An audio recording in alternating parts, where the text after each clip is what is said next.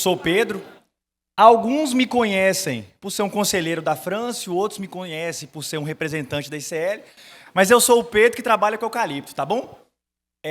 O André vai se apresentar também. Eu sou Pessoal, o André, eu trabalho na ICL há 10 anos, né? Sou engenheiro florestal e estamos atuando pela ICL em Minas Gerais e Mato Grosso. Aqui há 3 anos, né, que a gente está atuando.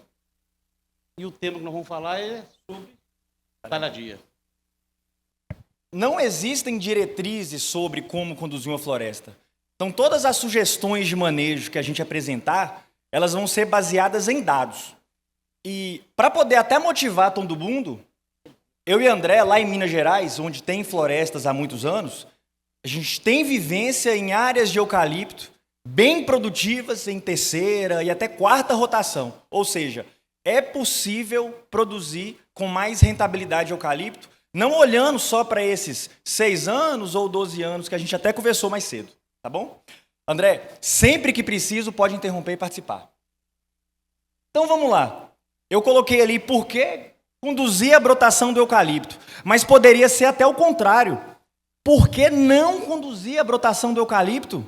A gente tem a mesma planta, no mesmo solo, no mesmo clima. Será que a brotação não performa? Será que ela performa só uma vez? Será que só serve colher e depois é uma e depois não serve mais? Por que não serve? Se a gente for avesso à brotação, a gente nem planta eucalipto. A muda, se a gente olhar no detalhe, ela é um broto. A muda que a gente planta é um broto. Então a apresentação nossa hoje ela vai ser pautada nesse tema. Combinados? Vamos lá. Olha o que eu escrevi. A segunda rotação, a condução da brotação, ela tem um potencial de produção semelhante a um plantio? Trouxe um case da Gerdau. Plantio, IMA 38, condução 45. Lá em João Pinheiro, Nebiflora, areia de praia. No plantio 41 de IMA, na condução 44. Pesquisa do professor Racamada, lá em São Paulo. Plantio IMA 42, condução 45. E em Gromogol, na Rio Rancho, esse eu vou dar ênfase. Por quê? Terceira rotação. Terceira rotação. IMA 37,5, na reforma 34. Por que eu passei esses dados? Porque com boas práticas de manejo e automaticamente uma boa sobrevivência da floresta, quem vai conduzir esse nível de produtividade vai ser muito relacionado à chuva, à precipitação anual ou à precipitação do ciclo que a gente vai ter, tá bom? Então vamos lá. Quem são os vilões? E eu estou começando num contexto mais histórico, vamos dizer assim, porque depois eu vou apresentar dado. E por que eu coloquei quem são os vilões? Todo mundo já escutou, a brotação do eucalipto não presta, só presta uma vez. Por que a gente escuta isso? Eu acredito que as grandes empresas lá atrás não tinham bons manejos e a gente está colhendo, num curto prazo, os reflexos de brotação desse manejo que a gente não viu acontecer lá atrás. Então a floresta realmente não performou na brotação. Eu até escrevi ali, as atividades de condução elas iniciam no pós-plantio. Aliás, elas não se iniciam no pós-colheita, e sim no plantio. Por quê? Olha esse quadro do IPEF com alguns dados em relação à sobrevivência de floresta na brotação, que é quem vai reger a produtividade final das brotações. Então, falha no plantio próximo a 8%. A gente já começa a brotação com menos planta no hectare. Cobertura das cepas na linha de plantio. Essa cobertura de cepas implicam em menor taxa de brotação. Pedro, e qual que é a solução para isso? É tentar direcionar essa galhada para a entrelinha, ou então é uma operação onerosa, que depende de mão de obra, que é a limpeza de cepa. A gente tem essas duas possibilidades, para não ter perda de taxa de brotação por cobertura de cepa.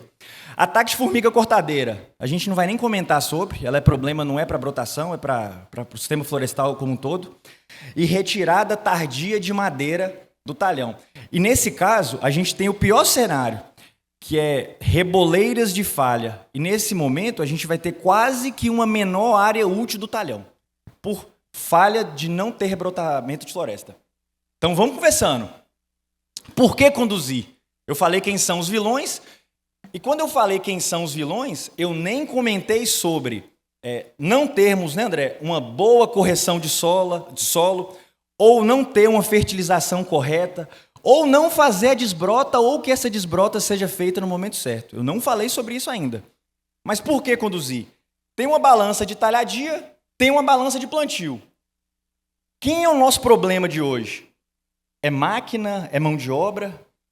E na talhadia, a balança pesa muito menos que num plantio.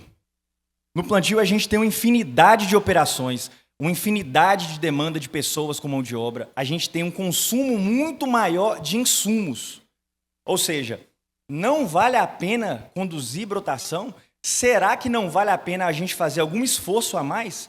Eu trouxe um dado da Valorec, esse dado veio até do André, até não. Nesse caso da Valorec, 60% menos custo. E talvez é um pouco mais. Economia para produzir igual. Até agora eu falei isso. Então, assim, eu vou começar a apresentar o que a gente pode fazer para tentar realmente produzir igual. Combinados? Vamos lá. Quando conduzir? Sobrevivência superior a 70%, 80% das plantas no plantio. Pedro, você até flexibilizou, porque todo mundo travou aquele 80%? Sim. Distribuição de falhas no talhão. Quando a gente tem o cenário péssimo, que é reboleiras de falha, eu até falei lá atrás, a gente praticamente perde área útil do talhão. Mas quando a gente tem falhas sendo plantas aleatórias, a condução de, eu vou chegar lá, mas a condução de plantas ao redor dessa falha com 2 fuxes, por exemplo, a gente consegue suprir esse volume de madeira teoricamente perdido. Então, me permite também trabalhar, talvez, com percentuais de sobrevivência menores. Outro ponto... Peraí, só para... Esses 70% e 80% aí, é importante isso aí, porque tem empresa que trabalha com um número maior, né? Mas o interessante disso aqui é que quanto maior a sua produção do talhão ou do sítio, menor tem que ser esse índice de mortalidade, na verdade, né? Então, empresas lá em Minas, por exemplo, com 80%, 85% está reformando o talhão. É um talhão altamente produtivo, né? Esses 15% é o custo, né, na perda que daria para fazer a reforma do novo talhão, né? Então, quanto mais produtivo for o talhão ou o sítio, menor tem que ser esse percentual, né? Exato, e essa conta é de cada um. Talvez até talhão a talhão. Por quê? André acabou de falar em relação à alta produtividade do ciclo anterior, ou seja, esse talhão, esse sítio, ele é produtivo. A gente tem que avaliar também custo de implantação no ano. Há anos que os custos de implantação estão mais baixos que outros. Então, automaticamente, a minha necessidade ou não, aliás, a minha viabilidade ou não de reforma, ela muda. Soma-se a isso o preço, eu escrevi, preço do produto madeireiro, seja cavaco, seja madeira em pé. Por quê? Madeira está mais cara, eu preciso ter uma sobrevivência maior. É assim que funciona. Então, outro fator para a gente conduzir, boa produtividade, material genético adaptado, aí já é uma premissa, não existe essa de reformar para plantar o mesmo clone, não faz sentido. Esse material genético adaptado, ele está ligado a climas, resistência ou tolerância a praga e doença. A gente vai falar sobre isso a fundo, que é sistemas de colheita, como a colheita impacta no fato de eu conduzir ou não uma floresta. E essa palavra vocês vão escutar eu falando hoje, essa frase, vocês vão me escutar falando hoje umas 6 vezes, que é boas práticas de manejo, desde o plantio. E o que é boas práticas? É fazer o correto, que tem que ser feito, no timing correto. Combinados? Então vamos lá, Andrezão, pode participar o tanto que você quiser. 1 ou 2 brotos por cepa. 1 ou 2 brotos por cepa. Eu sei que é um assunto problemático. Eu trouxe 2 trabalhos e eles são sinérgicos a trabalhos parecidos em relação ao número de plantas por hectare. Vamos lá. Esse experimento foi feito na Gerdau e provavelmente o Marcelo até participou dele, onde foi avaliado a produtividade ao fim do ciclo de rotação da brotação, conduzindo 1 broto por cepa, 2 brotos por cepa, 3, 4 e sem desbrota. Aos 6 anos, numa área com mais de 1.111 plantas por hectare, é indiscutível condução de um broto por cepa. A produtividade ela aumentou, eu não estou chegando aqui, uns 80%. 82%. Esse dado ele é sinérgico a vários outros dados na literatura e dados de outras empresas. Entretanto, não é para falar assim, é só um broto que conduz. Calma. Olha esse outro experimento da Floresta Minas, lá no norte de Minas. Condução de um broto por cepa, condução de 2 brotos por cepa. E o que a gente observou? Em locais de espaçamentos mais amplos, 5x2, 4x2,5, silvopastoril e LPF, a gente consegue ter a flexibilidade de trabalhar sim, nesse caso, com 2 fuxes por cepa. As produtividades vão ficar semelhantes ou até um pouco superiores. Mas, vamos resumir o que eu acabei de falar. 1 ou 2 brotos por cepa, que foi aquela pergunta. Na falha, a gente já sabe. Conduz 2 brotos. E é por isso que eu falei que plantas em falha aleatória, elas podem até ser benéficas, porque a condução de 2 fuxes ao redor da falha supre essa madeira. Mas, ao redor, nas bordas, a gente pode ter a estratégia de também conduzir 2 fuxes. E espaçamento amplo. É uma outra premissa que pode permitir com que a gente também trabalhe com a condução de 2 brotos. Tá bom? Hein, Pedrão, só para matar essa dúvida aí, né? Se o correto fosse produzir com 2 brotos, eu já plantaria 2 mudas no meu plantio, né? Então, não resta dúvida que um broto é mais produtivo que 2 brotos, né? Esse relógio aqui tá andando muito rápido. Olha aí, gente. Vamos lá, desbrota. Desbrota. A gente tem que trabalhar no ato da desbrota. Eu falei que a gente conduz 1 ou 2 fuxes, a depender do caso. Como é que funciona essa seleção? Sempre o fuste mais retilíneo e mais bem inserido na cepa. Só que não é só isso. A gente vai avaliar também a altura e diâmetro, para poder definir quais serão os brotos que a gente vai conduzir. E essa desbrota, como é que ela acontece? Eu, de propósito, mudei esse slide ontem à noite. Eu não quis entrar no detalhe das ferramentas para desbrota, porque é muito complexo. Exemplo, vou até mudar a ordem do que eu tinha planejado. A ferramenta cavadeira tinha um slide só para ela. Por ganho operacional, quando a gente avalia desbrota e redesbrota, e até velocidade, até custo, né, Andrezão? Mas a ferramenta cavadeira, algumas pessoas entendem o que eu estou falando, ela tem um problema que é mão de obra. Então, quando a gente avalia de modo geral, outras ferramentas que vêm sendo mais amplamente empregadas na desbrota são motopoda, roçadeira e até foice. Mas, só para... Pode. Volta aí. Volta lá. Mas a cavadeira é o que tem... O Pedro falou aí, não sei se vocês entenderam, né? Pode aparecer aqui... Não precisa voltar nada. Que ela tem o menor rendimento, operacional, né? Dia, na verdade. Mas quando você soma desbrota e redesbrota, esse custo fica menor, na verdade. E a qualidade do seu broto é maior, né? Você não tem... Quando você tem que fazer uma redesbrota com uma outra ferramenta que não seja a cavadeira, você tem que esperar essa planta, na verdade, se alimentar, na verdade, criar tamanho para fazer essa desbrota, depois, nesse tempo, ela já comeu um pouco do adubo que era para ser disponível para o broto principal, né? Então, a cavadeira, apesar de ser... Você tem que, o rendimento é mais baixo, mas a produtividade é maior, né? Então, a partir de agora, todos os slides praticamente vão ter dados. Desbrota. Quando realizar a desbrota? Para a gente poder conduzir aquele 1 ou 2 fuxes.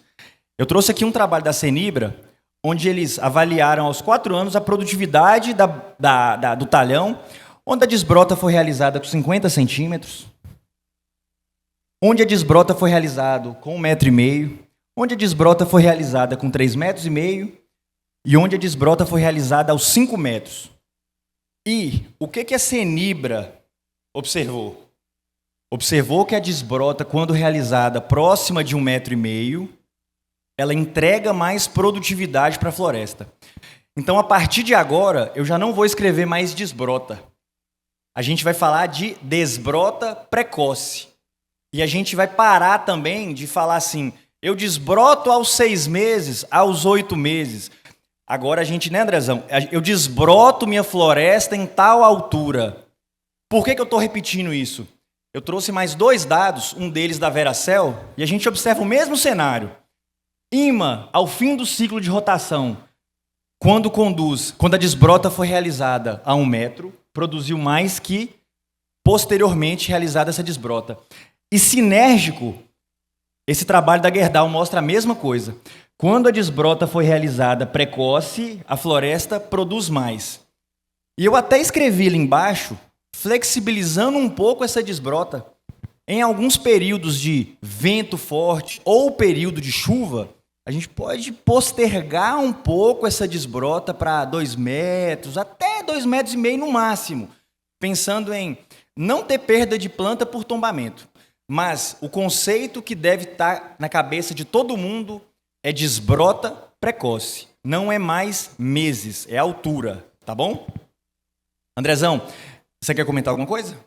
Não, é porque o tamanho da desbrota também, que o Pedro comentou aí, vai depender quando eu vou entrar, vai depender um pouco da ferramenta que você vai usar também, né? Então, lá com a cavadeira que a gente falou aqui, a gente sabe da dificuldade que tem de mão de obra, mas você pode entrar nela com 1,5 metro, talvez.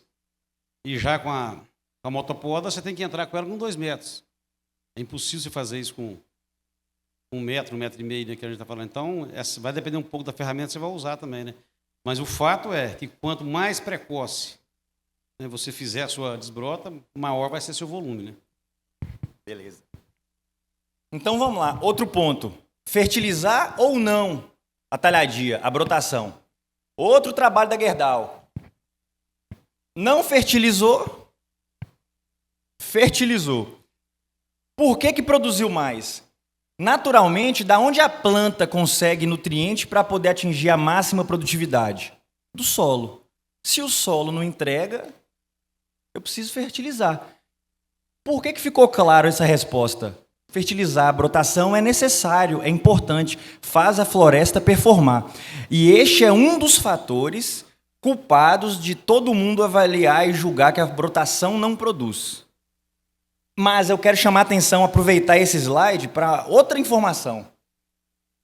Já que tem muita gente aversa à condução, brotação fertilizada, produtividade do plantio também fertilizado. A brotação na Gerdau, nesse outro experimento, também produziu mais.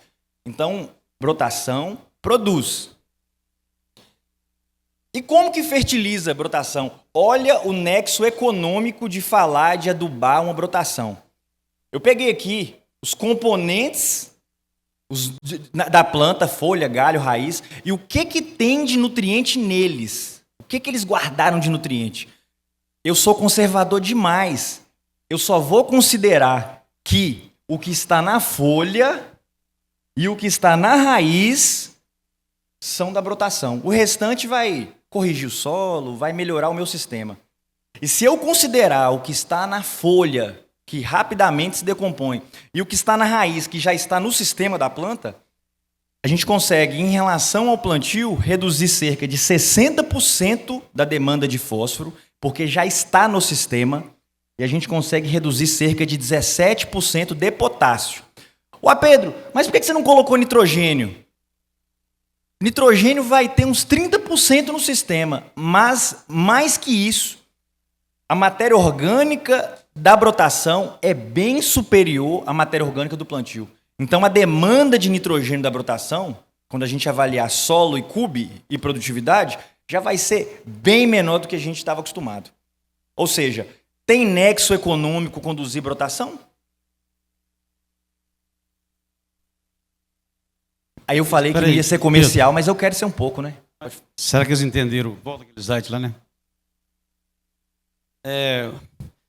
Para fazer a recomendação de adubação, o que a gente usa, o critério que a gente usa, na verdade, já começa até lá na análise de solo. A gente faz a análise de solo da linha e da entrelinha, né? E aí a gente vai atender a demanda de acordo com o material, né? Demanda nutricional. E essa demanda a gente vai reduzir. Eu acho que só para afirmar o que o Pedro falou, né? A gente vai reduzir essa dose de fósforo, então se pediu lá 100 quilos, se ficou 60, nós vamos complementar só os 40. Não sei se ficou claro para todo mundo, foi isso aí, né? Então, o que o Pedro quis dizer foi isso aqui, e é assim que a gente faz a recomendação nossa, né? Análise de solo, da análise de solo, né, que é feita na linha entre linha, a gente faz a redução do fósforo em torno de 40%, mas não deixa de colocar o fósforo, né? E do potássio em torno de 17%. É porque era comum, antigamente, não fazer adubação de fósforo em botação, né? Eu só reforcei por causa disso. Pode falar. Não, pode seguir. Pode ser eu? Eu falei que não ia ser comercial, mas com o Polyblend, que é um fertilizante de liberação gradual, a gente tem manejo dose única para brotação. E principalmente para brotação. Fornecendo nitrogênio, fósforo, potássio, enxofre, boro, cobre, zinco. Enfim, é uma aplicação para poder nutrir a floresta na brotação pelo ciclo todo. Tá bom? Vamos lá, falta agora falar de colheita. E aqui tem informação importante. Porque a gente vai olhar para essas informações que eu passar e vamos raciocinar algumas opções de manejo.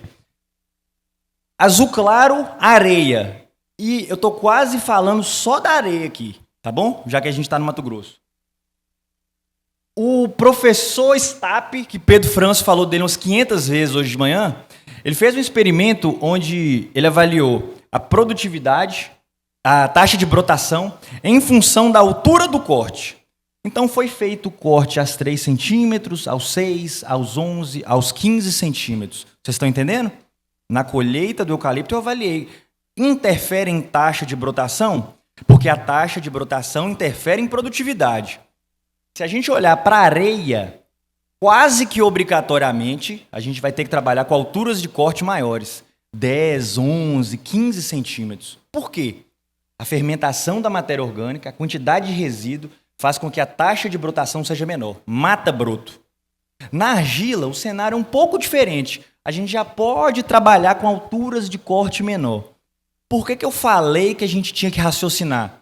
Eu não vou conduzir esse talhão. Você vai cortar ele a 15 centímetros na areia ou você vai cortar ele a 3? Eu vou cortar ele a 3. Ou seja, eu já vou ter menos custo até na reforma. Outro trabalho para a gente poder raciocinar. Esse da fibra.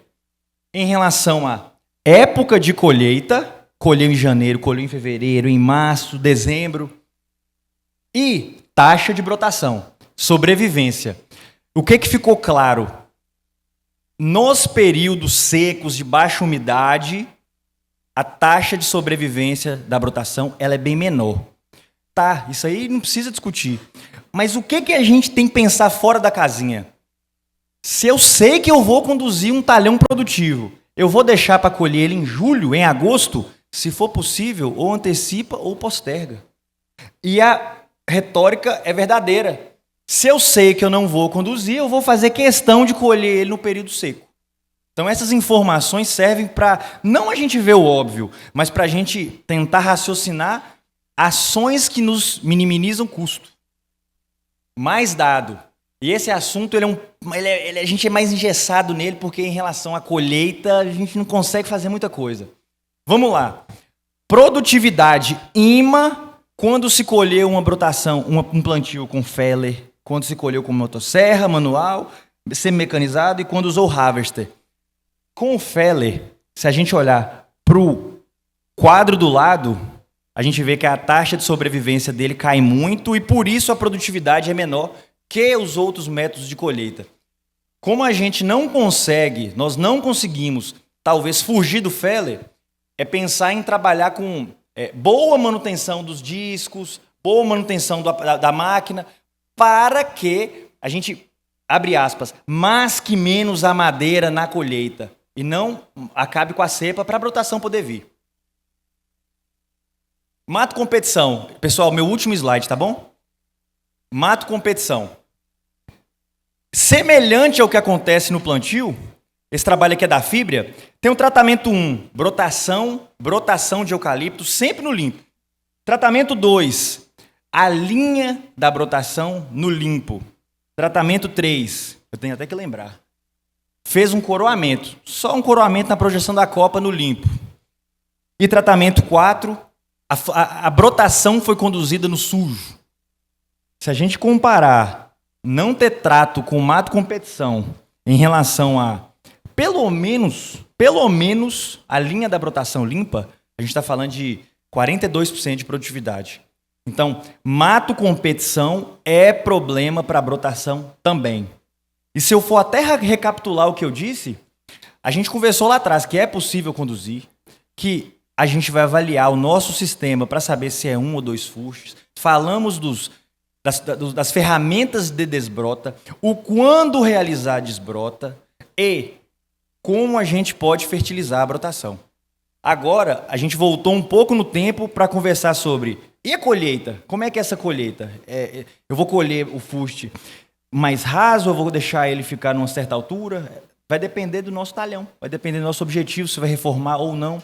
Mas, até como fechamento, e André vai querer conversar alguma coisa, não vejo sentido em plantar eucalipto já pensando na reforma.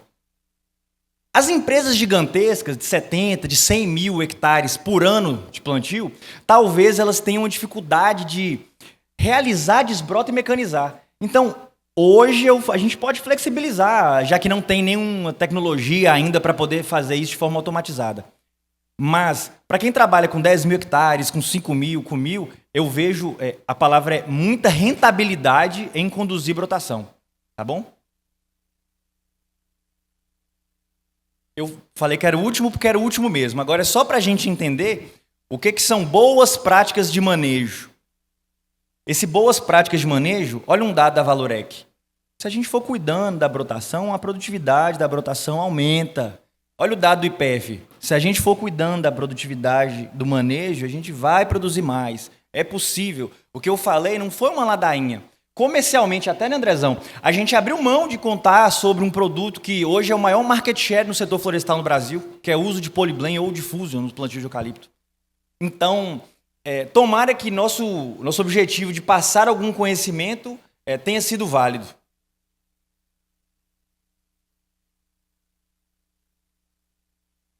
É porque quando o tempo acaba ali, o trem trava?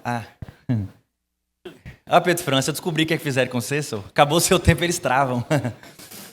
Quem é você no setor florestal? O arroz e feijão, ele funciona, mas é só arroz... Eu cheguei a bagunçar meu cabelo. É só arroz e feijão? Ou dá para ter carne, dá para ter um pouquinho de salada, dá para fazer um pouquinho mais para a gente ser mais saudável. Quem é que já foi no nutricionista ou no nutrólogo e ela falou que é para comer só isso aqui? Ninguém. Fazer bem feito é, com certeza, fazer o melhor.